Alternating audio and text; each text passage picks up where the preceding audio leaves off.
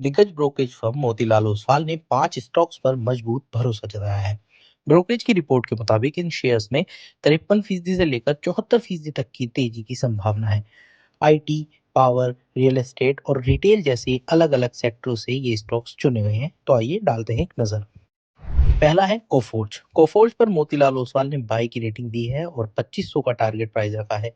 मौजूदा भाव के मुकाबले इसमें 53% की तेजी की संभावना जताई गई है। ब्रोकरेज का मानना है कि आईटी सेक्टर की सुस्ती के बावजूद कोफोर्ज बेहतर प्रदर्शन कर रही है। खासतौर पर ट्रेवल और इंश्योरेंस जैसे सेक्टर में इसकी मजबूत पकड़ इसे दूसरों से अलग बनाती है। रिपोर्ट के मुताबिक कंपनी बड़े डिजिटल ट्रांसफॉर्मेशन प्रोजेक्ट्स को अच्छे से एग्जीक्यूट कर रही है।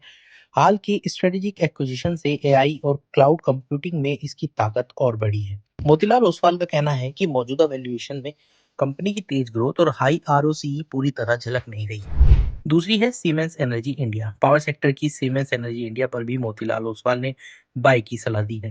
ब्रोकरेज ने इसका टारगेट प्राइस 3,400 रुपए रखा है, जो मौजूदा लेवल से करीब 60% का अपसाइड दिखाता है। रिपोर्ट के अनुसार भारत में एनर्जी ट्रांजिशन, पावर ट्रांसमिशन और ग्रिड मॉडर्नाइजेशन में सीमेंस एनर्जी की भूमिका अहम रहने वाली है। सरकार की ओर से ग्रीन एनर्जी इंफ्रास्ट्रक्चर पर हो रहा भारी खर्च कंपनी के लिए बड़ा ट्रिगर माना जा रहा है। कंपनी की ऑर्डर बुक रिकॉर्ड स्तर पर पहुंच चुकी है। इससे आने वाले कई सालों की ग्रोथ को लेकर विजिबिलिटी साफ दिखती है। साथ ही हाई मार्जिन सर्विस कॉन्ट्रैक्ट्स और पावर प्लांट के डिजिटलाइजेशन से मार्जिन में और सुधार की उम्मीद है।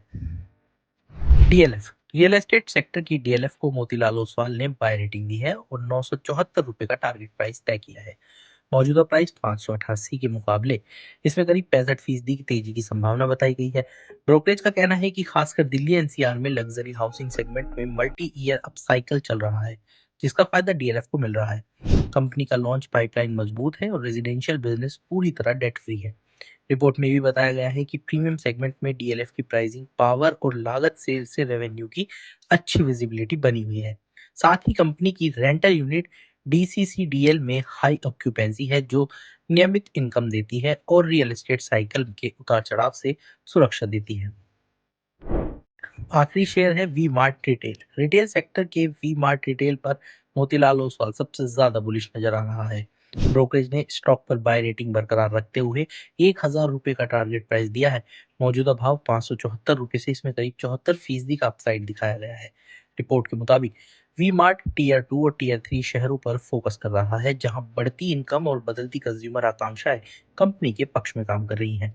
ब्रोकरेज का कहना है कि कंपनी इन्वेंट्री मैनेजमेंट में सुधार कर रही है और स्टोर लेवल इकोनॉमिक्स बेहतर हो रहे हैं। हाल की एक्विजिशन का इंटीग्रेशन और हल्का कॉस्ट स्ट्रक्चर आने वाले समय में स्टॉक के लिए बड़े ट्रिगर साबित हो सकते हैं।